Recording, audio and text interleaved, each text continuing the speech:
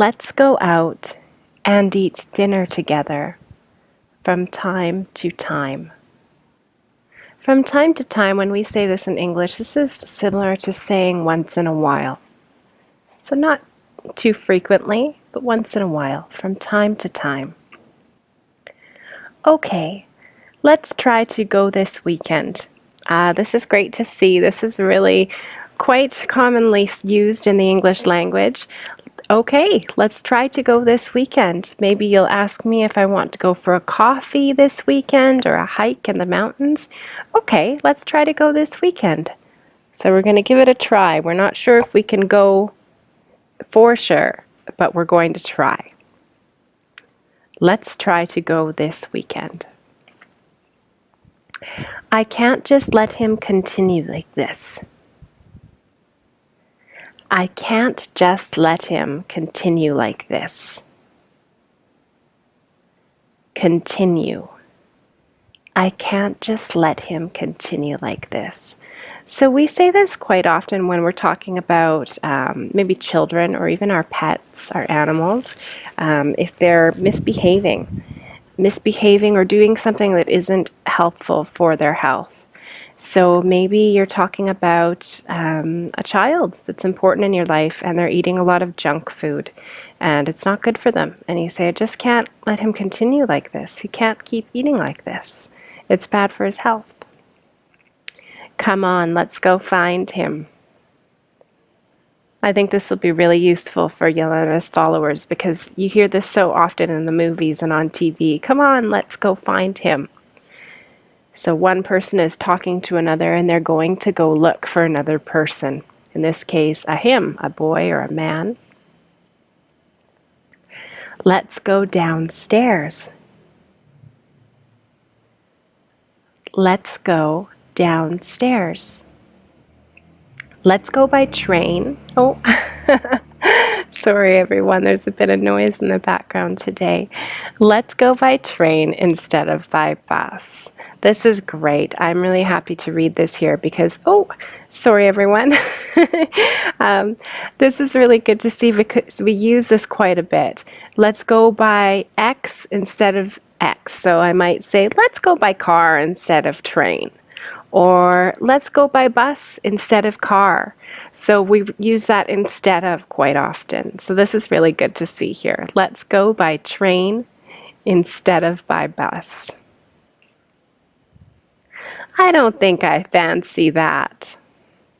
So that means you don't think you like that. Maybe you're wearing a new shirt and I don't like the color and you say, what do you think? And I say, I don't think I fancy that. Orange doesn't look good on you. I don't think I fancy that. Now in this case, we're talking about a hotel. A fancy hotel is not necessary. Or you might say isn't. That's really common. Isn't. A fancy hotel isn't necessary. So you're traveling, maybe you're on a budget. You don't need a fancy hotel. You could stay in a very simple, more cost-effective, cheaper hotel. A fancy hotel isn't necessary. You might say, we're only staying for a night. We don't need a fancy hotel. And this word here, necessary. Necessary. Stop moaning. I have enough of my own problems.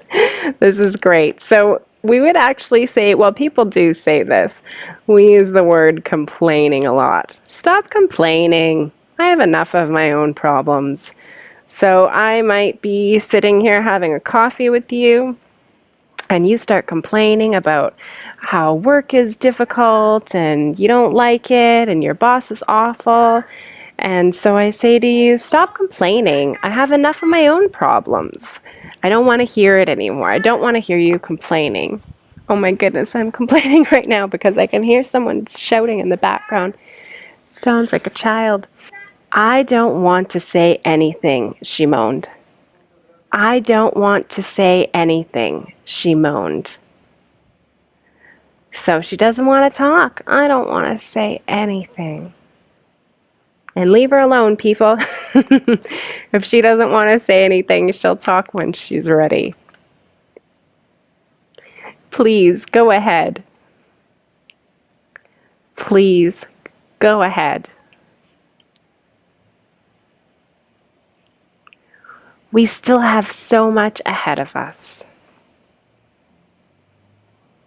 We still have so much ahead of us. So maybe you've gone for a hike with a friend and you're only halfway up the mountain, but you want to get to the top. So you say, oh, we still have so much ahead of us. It's ahead of schedule. Ah, that's great. Often really wonderful when you're at work and you're ahead of schedule with your projects. This is really good. I think will be really useful to Yelena's followers because these are the kinds of things that you would hear in a workplace. So it's ahead of schedule. Maybe you had a report due and it was due 2 weeks from now, but you already have it finished. It's ahead of schedule. So that's really helpful to know.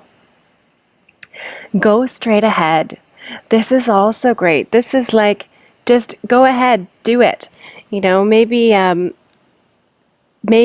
you say to me, I really want to write a book, and I know I need your help, but I think I should start it, and then afterwards you can look it over. And I'd say, sure, go straight ahead, or go right ahead. We might also say that. This is a bit more common. Go right ahead. You start writing the book, and when you're ready, show me. Okay, so go right ahead. Go ahead and do whatever it is that you're talking about with this person. He is ahead of us in mathematics.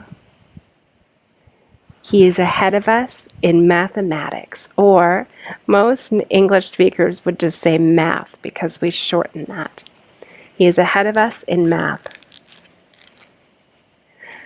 We suffered a pretty big loss. Oh no. So this, you'll hear this frequently as well when we're talking about sports. We suffered a pretty big loss. So maybe, my team played your team this weekend, or your team played a different team. And I'm asking you about it. Did your team win? And you say, no, we suffered a pretty big loss. So that means you guys lost the game, but not only did you lose, you lost pretty bad. Like maybe your team had 1 point and the winning team had 20. So we've suffered a pretty big loss. She spends a pretty good chunk of time just sitting there and looking out the window. She spends a pretty good chunk of time just sitting there and looking out the window.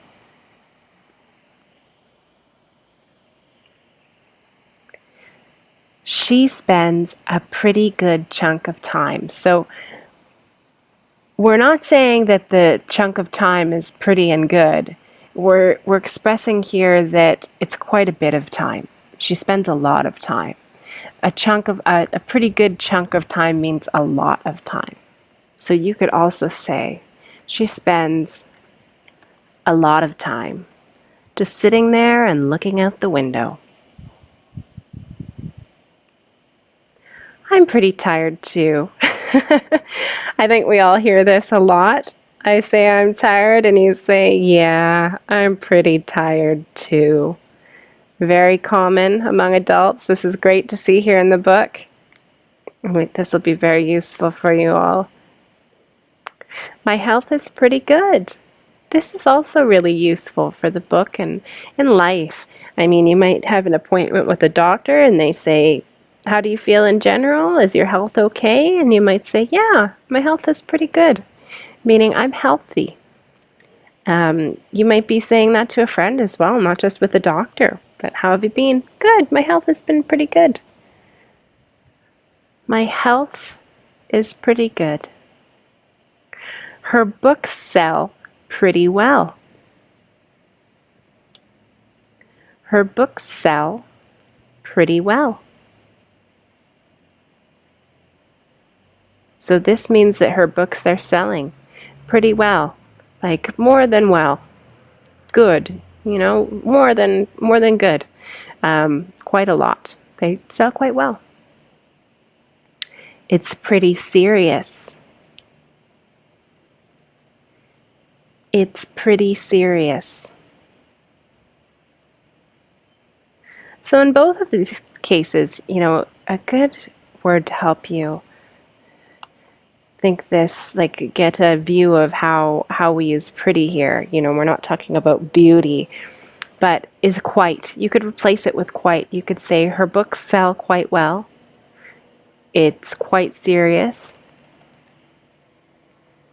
So maybe somebody in your life has a health scare, they think that they have, I don't know, hopefully nothing terribly serious, but maybe it is. You say, you went to the doctor, how did it go? And they say, it's quite serious.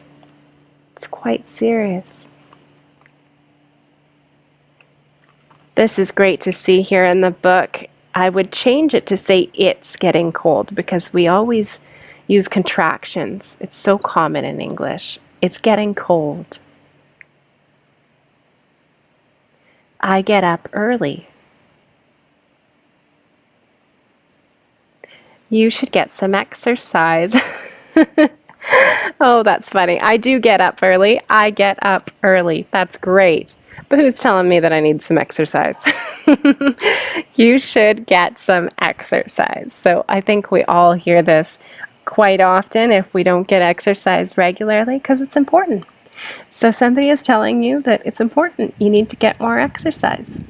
You should get some exercise. He kissed me goodbye and got on the bus. He kissed me goodbye and got on the bus. She is happy because she got a job. She is happy because she got a job. So she's been hired at a job, at a new job. She is happy because she got a job. She was very bitter because she didn't get the job. Oh no. Well, that's common too. I'm happy to see this. I think this will be really helpful because these are things that you hear in daily life when you're talking to people about work, right? Oh, we're talking about a coworker and we heard she applied for a new job. Did she get the job? I ask you. No, she was very bitter because she didn't get the job.